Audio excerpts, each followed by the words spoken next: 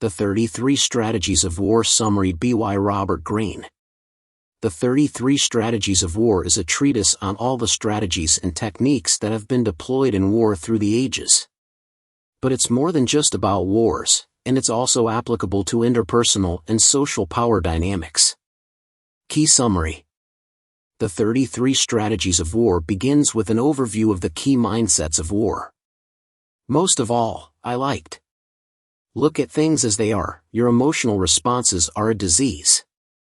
As Greene himself stressed in the 50th Law, and as Ray Dalio says in Principles, the men who learn to look at reality for what it is, with dispassionate eyes, hold a huge advantage. Judge people by their actions, words are covers for their strategic maneuvers. Depend on your own arms. Alliances shift easily. You better depend on your own weapons and strengths. Let him who wants peace prepare for war. Part 1 Self-Directed Warfare. 1. Declare war on your enemies, polarity strategy. Do not become a sheep in the crowded center, go to the extreme. A dominating, polarizing presence has more pull than middle ground men. Don't necessarily get into the idea that you need to be liked as in How to Win Friends - being respected is better, and even being feared is better. Don't be afraid of battles and enemies either. Your enemies give you purpose and direction. And battles are what will allow you to win. And ultimately, victory over your enemies will bring you the most meaningful and lasting popularity.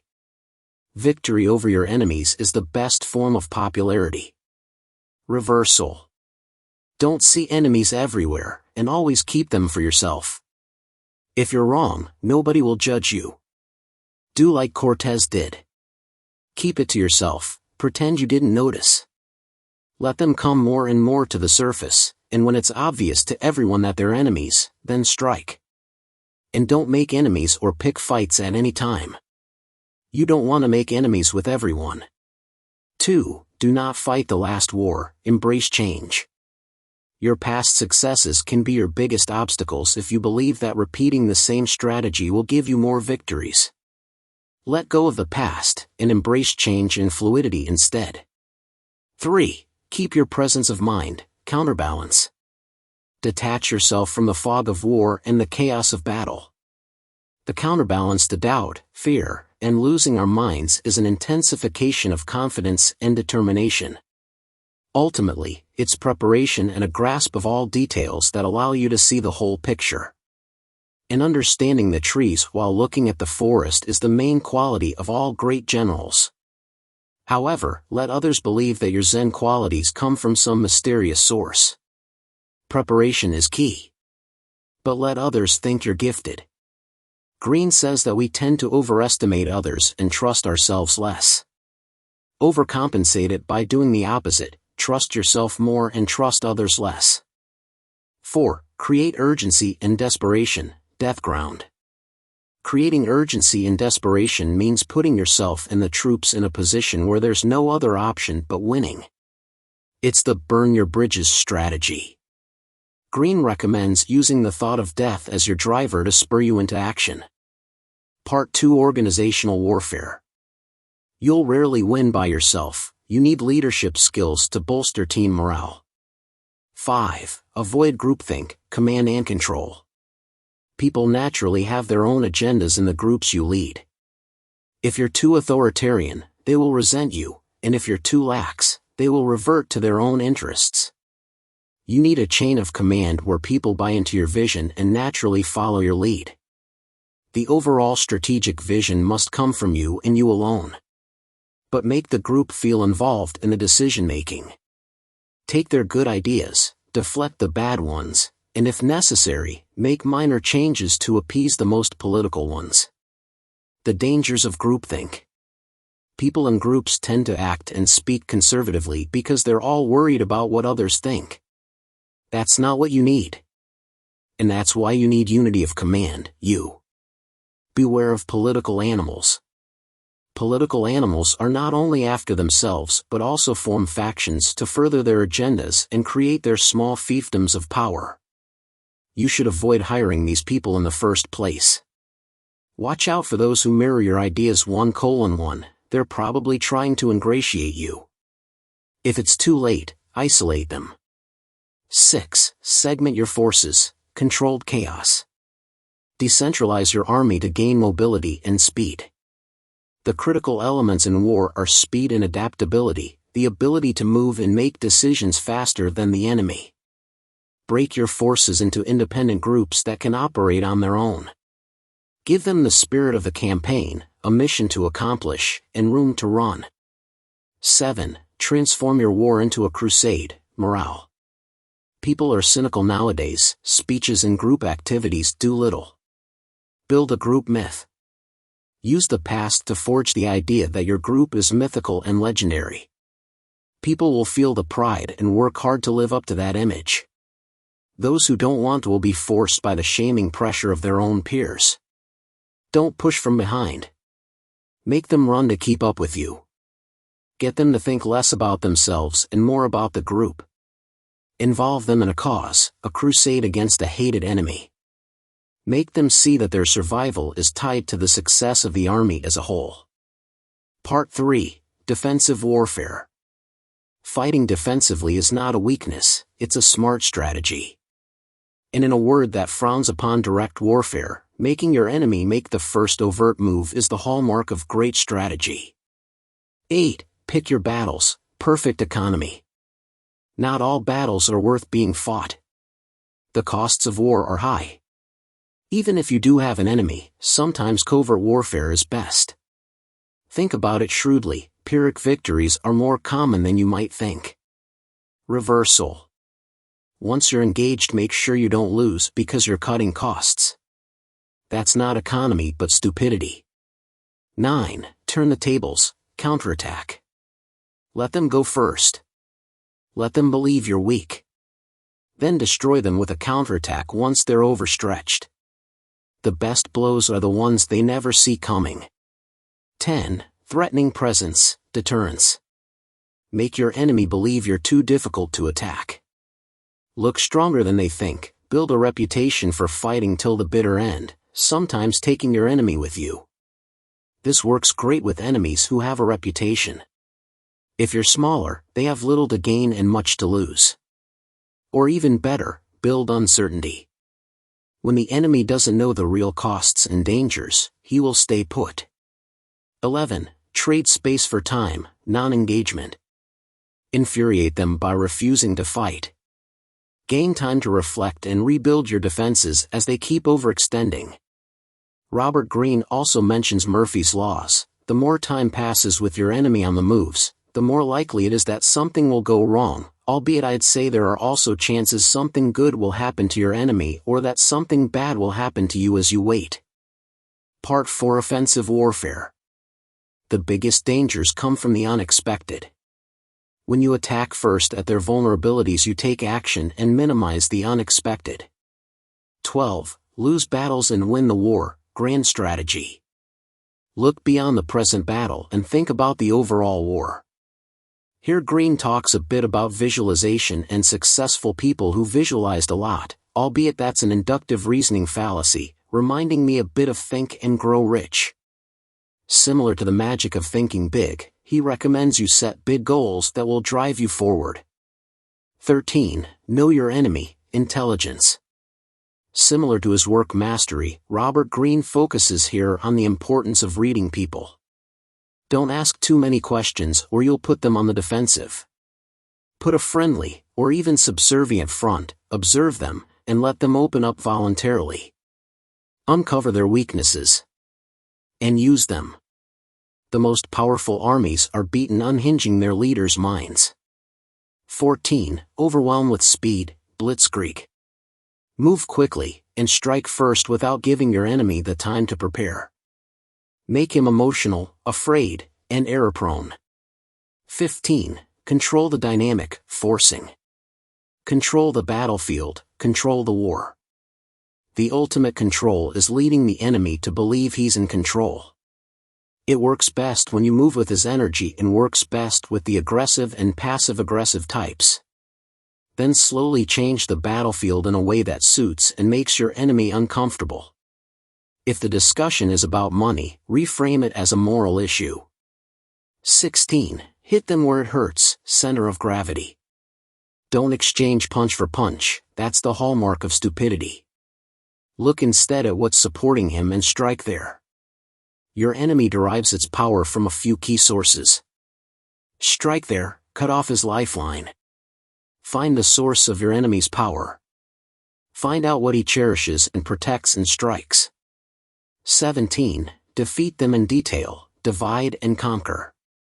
Sow the seeds of discontent, and turn large enemies into smaller parts. Then attack and conquer. 18. The flank attack, turning. Frontal attacks are the equivalent of going punch for punch, the sucker's way of fighting. The key to a flank attack is disguising your intentions. 19. Envelop the enemy, annihilation. Encircling deflates your enemy. Give him the feeling that he's being attacked from all directions. Phalanx is closed in on him from all directions. Reversal. With the enveloping strategy, you reveal your intention of annihilation. Either you are successful, or you might be left in a difficult position. 20. Maneuver them into weakness. Confuse your opponents so that they don't know where to defend themselves. Create disorder, then attack. Boasting your own skills reeks of self-promotion. Instead, let them speak first and reveal themselves. Now you can use it to your advantage. If they pick an extreme position, say they are dangerous revolutionaries. If they tone down, say they are inconsistent. Before the battle begins, put your opponent in a position of such weakness that victory is easy and quick.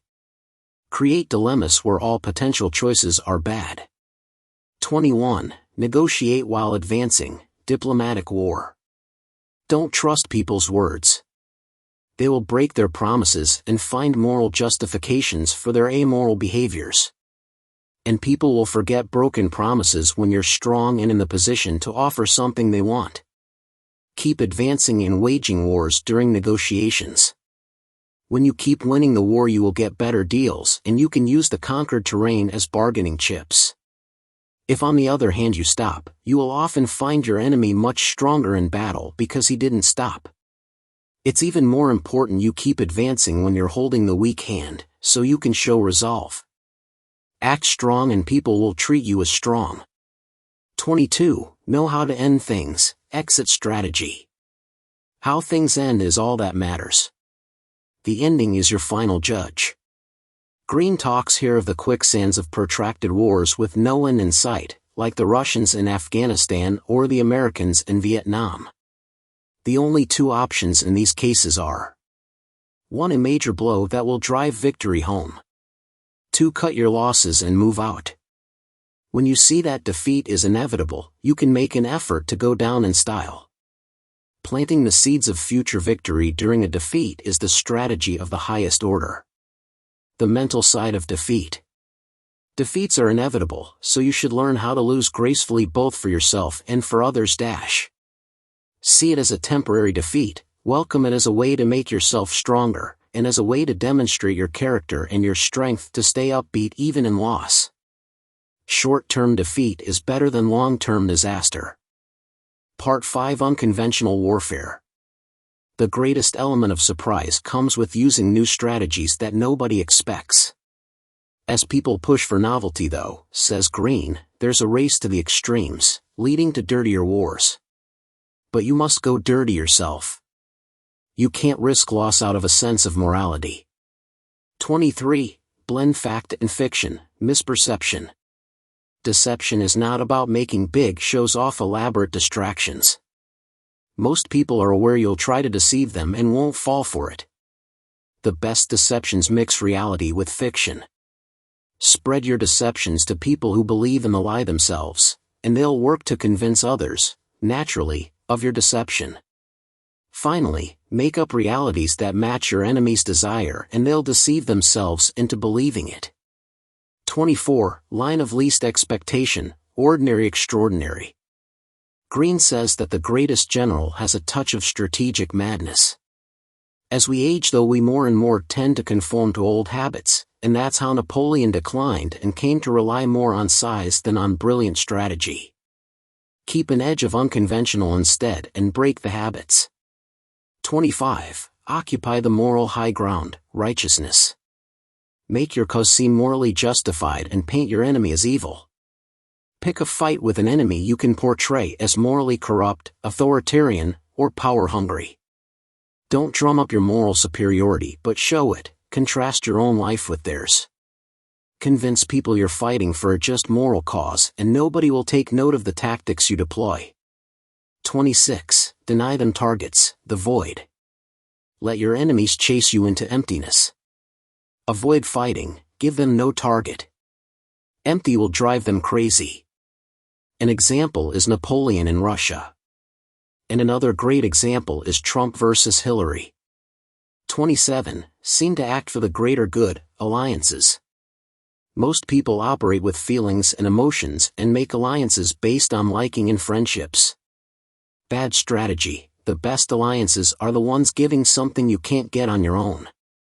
Sometimes we think instead that the more allies the better.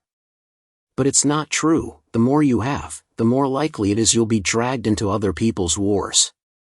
Alliances must be based on mutual interests. See them as stepping stones towards getting what you need. Finally, never become too dependent on alliances. They will drop you when it best serves them.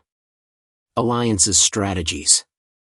Seem like you want to help and let them do the work, then reap the benefits. You'll be accused of playing the alliance game, which is nothing but strategic moral attacks. The only real danger is that your reputation will be so tarnished that people won't want to ally to you anymore. But, says Greene, self-interest rules the world. The example of Murray Bowen was a genius. He created a family storm on purpose to bring all back talking to the surface. Then, read the book for more. 28. Give rope to hang themselves, one-upmanship. Sometimes enemies are your colleagues, your collaborators. That's unconventional warfare at its best, as they all try to keep the appearance of working for the greater good. Don't attack them head-on, it will only make you look bad and they will have an easy way out. Look at this Family Guy skit for a preview of how it will end up. Never attack coworkers directly. It's easy to make you look like a bad team player. Get under their skin subtly instead. It works best with people who need to perform, as they won't be able to be at their best. Instill doubts and insecurities in rivals, getting them to think too much and act defensively. Make them hang themselves through their own self-destructive tendencies, leaving you blameless and clean. Rigid types who cannot stand breaking moral codes are the easiest to one-up. They will overreact and attack you too obviously, making them look vindictive. 29. Take small bites, fait accompli. Most people cling to the status quo and are loath of starting wars over trivial matters. That's why you will take small bites, bite by bite. Every time it will be too small to start a war, and once you take enough bites they won't even be able to wage war against you. 30. Penetrate their minds, communication. The goal of communication is to further your interest, to penetrate the enemy's minds. Anything else is self-indulgent talk. Make people reach your conclusions and let them believe it was their own ideas. Very interesting analysis of The Prince here by Robert Greene, and how also writing must be focused on spreading your ideas to be effective. 31. Destroy from within, the inner front. Instead of fighting your enemies, join them. Infiltrate their ranks, and rise to the top. Then slowly get what you want or stage a coup. The example here was that of Canaris, a high-ranking officer in Hitler's spy networks.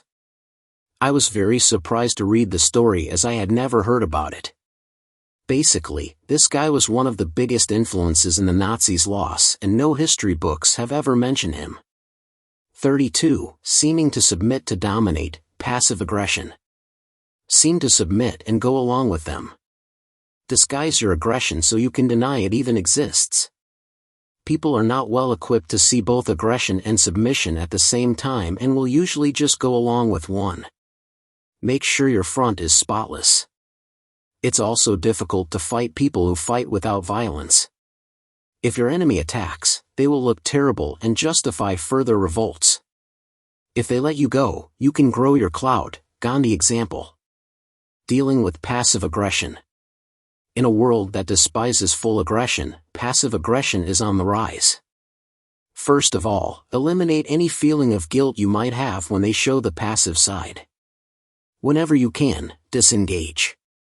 When you can, never attack directly, but use their own tactics right back. If it's a partner in a relationship, make them feel safe to express themselves. Also, read. Passive aggressiveness. Examples. Roosevelt pretended he didn't want to run for a third time, so nobody could accuse him of being power-hungry. When people asked for him, he showed up almost as if he had to oblige. Partners in relationships who try to force the other into what they want while denying doing so. 33. Sow panic with terror, chain reaction. Terror strategies aim at raising havoc, making enemies fearful, and provoking desperate overreactions or surrender without fighting. They serve well to smaller groups who can't fight openly because of size disparity. Their goal is to spread fear with small acts of violence that reverberate through stories and media and command outsized attention compared to their real effect. Counter strategies include keeping calm and rational and alienating the terror groups from the masses to deny any political base. Brigate Ross in Italy. Stopping the terror from spreading is also important. UK managing V2 terror and heavy military engagement from the stronger side is often a mistake. What happened to the US recently? Examples. Mongols and spreading stories of their horrors so enemies would give up without a fight. Robespierre and holding to power through an actually peaceful time thanks to the fear he instilled in enemies and people alike. Review. Robert Greene is one of my favorite authors. And I put the 33 Strategies of War up there with The Art of Seduction, my two favorite books from Greene. I prefer the 33 Strategies of War to its more famous companion, The 48 Laws of Power. And not because the 48 Laws of Power is not good, but because the 33 Strategies of War is a masterpiece. The end. I hope you do enjoy watching book summary, The 33 Strategies of War. Thank you for watching. Please subscribe, like and share. See you in next videos.